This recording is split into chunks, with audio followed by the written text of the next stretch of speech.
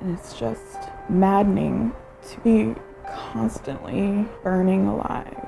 It's basically hell on earth. 25-year-old Samara Rose Ingraffia suffers from two rare conditions at the same time: erythromelalgia and Raynaud's syndrome, causing her intense pain if her temperature either rises or falls. Her father Brian also suffers from both conditions, and so far they have found no cure. Between the two of us, we've tried every treatment that's been used for erythromelalgia, but we have found absolutely nothing that helps, nothing that lessens the flare-ups, and absolutely nothing that can help lessen the pain. Virtually housebound and unable to work, Samara has to find enjoyment where she can. I can fly. I basically have an obsession with silly hats. They bring me a lot of joy. It's pretty amazing that she can be as cheerful and fun-loving as she is in the midst of all of her pain.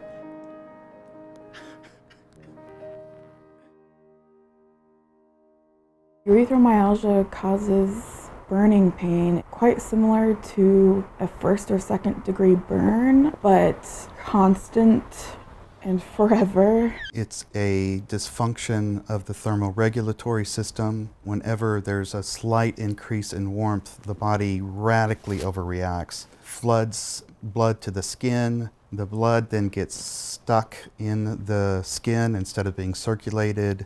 That causes deoxygenation and leads to horrific nerve pain.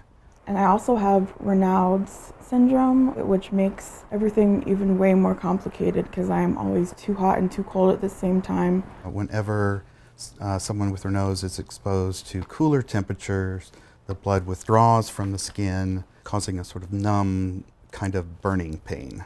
And it was incredibly difficult for us to get a diagnosis for Samara Rose.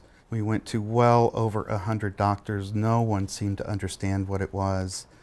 Even the most basic tasks are a struggle for Samara and Brian, as they need to maintain an ambient temperature of around 62 degrees Fahrenheit or 17 degrees Celsius.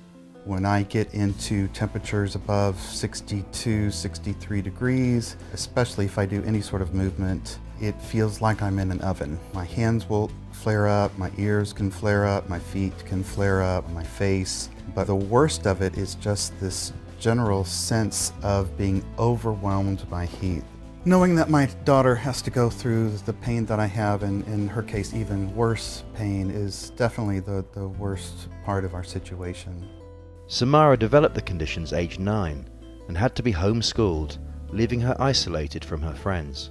It's really hard to remember what my life was like when I was a kid before this started. I used to be outside all the time. I was born with black hair, and then I was in the sun so much I had basically blonde hair. I have definitely missed out on life a lot. It's so hard to imagine what normal life is like. It's been so long. Samara barely sleeps and has 2 fans pointed at her at all times. When she can leave the house, she often has to use a wheelchair. We get like very dirty looks at like grocery shops.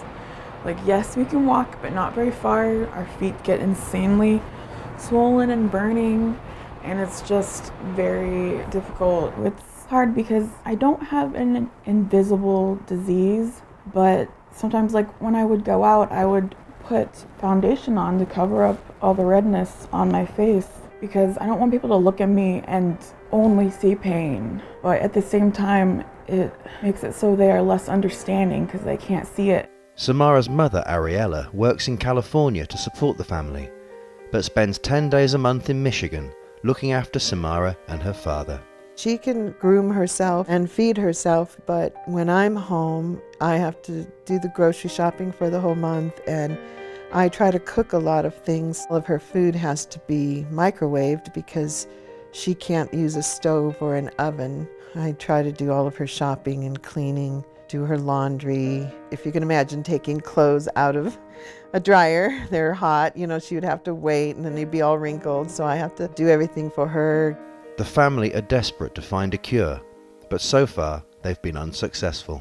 It did get my hopes up when we were looking into stem cell therapy, but it is insanely expensive. $60,000 for stem cell therapy, and it's certainly no guarantee. It seems the most promising, but who can do that? Who has money for that? It really helps if you're rich when you're sick. It really helps. I guess I'm probably the only one in the family that's hopeful about it, but I have to be hopeful. I wouldn't want to believe that there's no hope for her being cured or going into remission. I wouldn't want to believe that.